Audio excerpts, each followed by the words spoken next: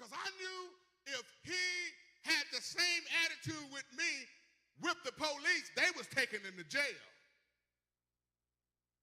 And they would have took him to jail, and those packages wouldn't have got delivered, and he wouldn't have made it back to, and ain't no telling what would have happened on the job.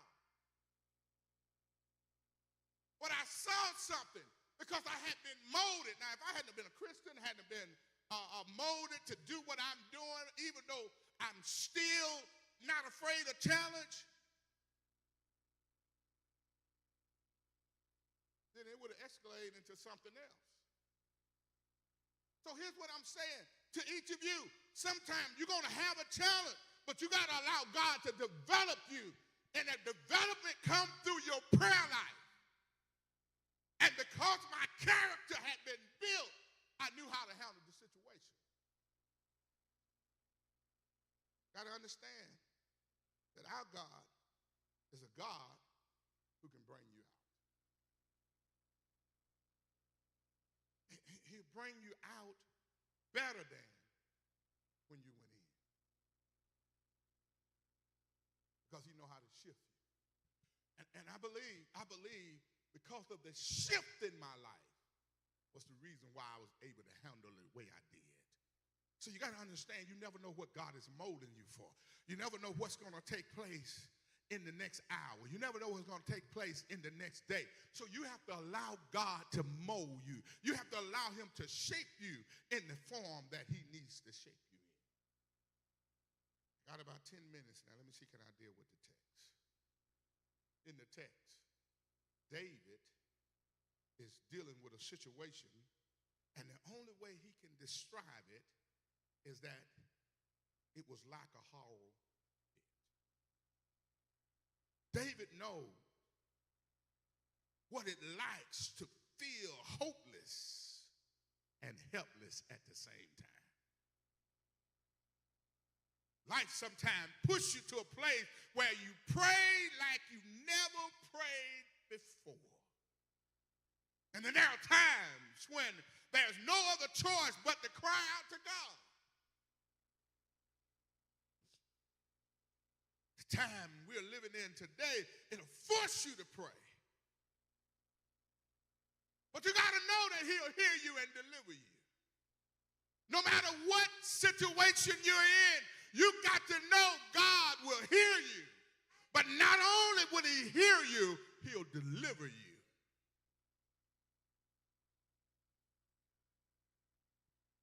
So I want to talk. I don't know how far I'm going to get today. I feel like the message should have already stirred somebody. But my number one point is this. I want you to understand while you're waiting patiently, you need to get some sleep.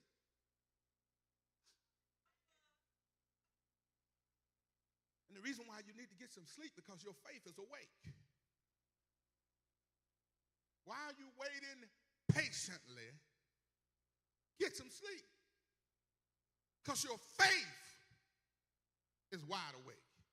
You got to remember the psalmists are writing by the psalmists are written by those who have experienced the power of God. David gives us a powerful revelation of what it means to go through something horrible. He waited patiently. And in verse 2, the Bible said he brought him up out of a horror pit.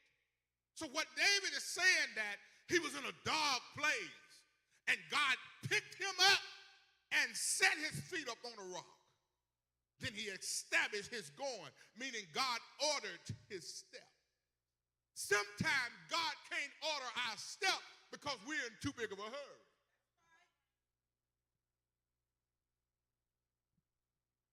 While he's trying to place your feet in the right place, you've already stepped past it. Y'all ever did anything and then you had to go back and redo it? Tell somebody you was moving faster than God. But you don't understand, Pastor. God he's super fast. No. you've gotten in a hurry. And you got to wait and let him establish your going. You got to let him order your feet, your steps. First, David teaches us about waiting in the first part of Psalms 41. He said, I waited patiently for the Lord. I think the biggest problem that we have is a lot of us don't know how to wait.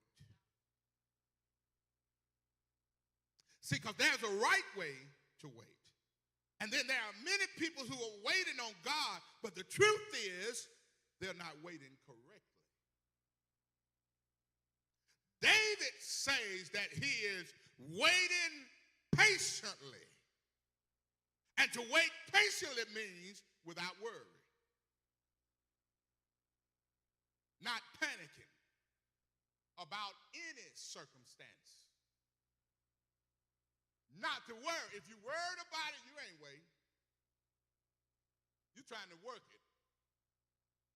Let me say it again. I said, if you worried, you're trying to work it. You're trying to fix this thing. You saying, I need this done now.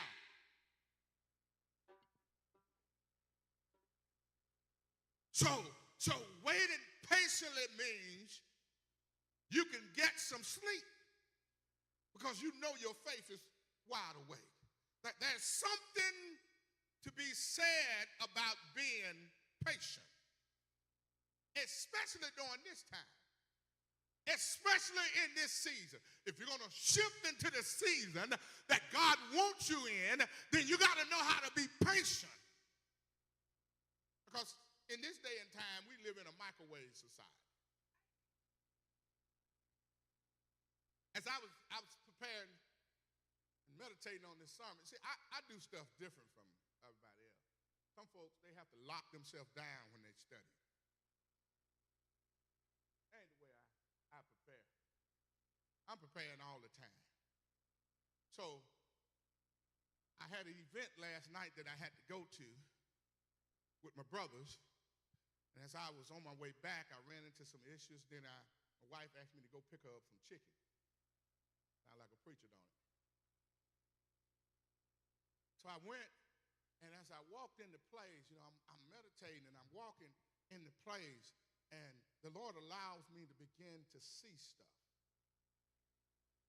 behind the counter. So as I'm watching, and I'm saying, God, these young folks today is something else. It's the only thing I can conclude, they something else. I started reflecting back in the 80s when I worked at McDonald's and how when we was working the grill, we couldn't come around the counter.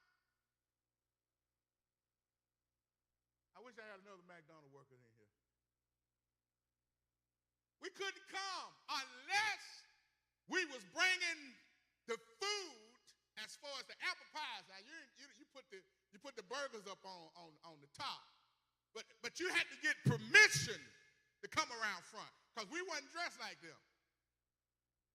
Y'all don't want to get with me here. So what I saw was everybody just loose. Get loose. Oh, okay, all right. I mean, everybody loose. Nobody. The one that filled with all of the flowers from the head to the toe, he's coming up front.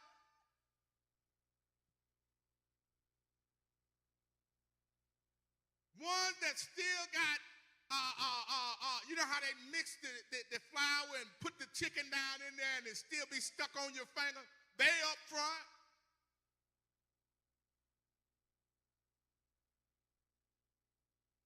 Everybody. So I concluded. I said, well, this new generation. This is new generation. So I said, you know what? I thought about it. I had a flashback, and I said, listen, let me go back and on my way home, I stopped at McDonald's. So let me see. I know how they used to do. I think the rules hadn't changed. I got to McDonald's. I wanted to sing the song again. Get loose. I start asking questions like, okay, who's the manager? Who's the manager? She said, I'm the manager. I said, well, what, girl, where your shirt? Where your manager's shirt at? I said, girl, you look like everybody else. Matter of fact, you look like me.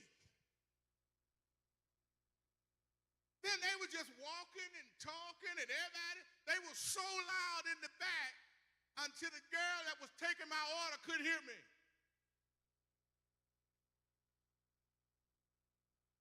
When we used to do that, the manager would walk and she would say, hey, y'all need to be quiet. The folks up front can hear you. That ain't what she did. She looked over there and she said, y'all be quiet. I'm like, oh.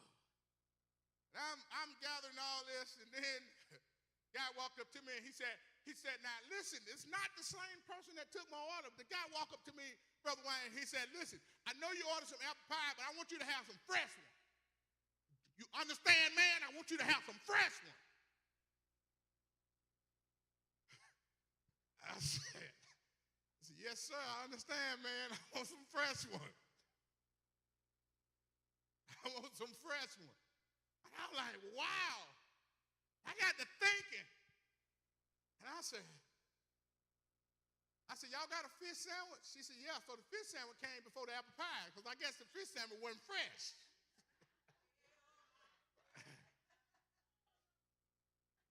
I finished eating the fish sandwich and the apple pie still hadn't showed up.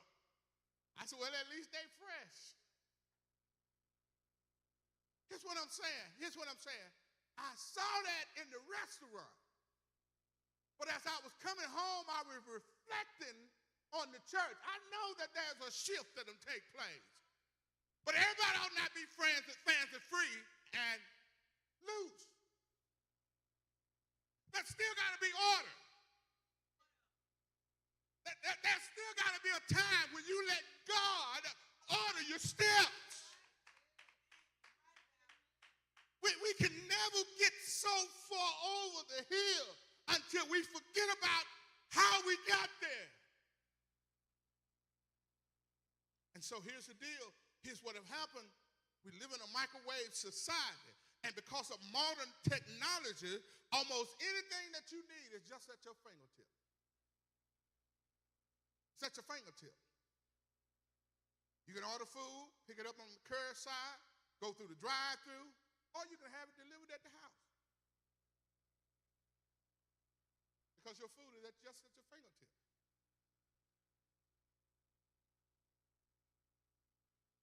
You can program your phone for GPS. Get you where you're going. Might take a little longer. Matter of fact, the GPS will say, this is the fastest route. How many of y'all ever been on the fastest route and got lost? Because everything is at your fingertip. Just like today, a lot of folks don't want to come to the house because they got Facebook Live. They got live streaming. So all I need to do is hear the word. But when I was coming up, they taught me how important it was to fellowship. They made it so important. I don't know about y'all, but when we used to show up at church, we used to be excited about seeing our church, especially if we went to the same school. Or we lived in the same, I know we played together yesterday, but it was different when we showed up at church. Come on. I know that we live in a world where everything is at our fingertips. We live in a world where children knows more about Zoom meeting and Zoom call, Instagram, TikTok, more than we do. Truth of the matter, time has changed. Things are moving faster than ever. And that's what makes waiting hard. That's the reason why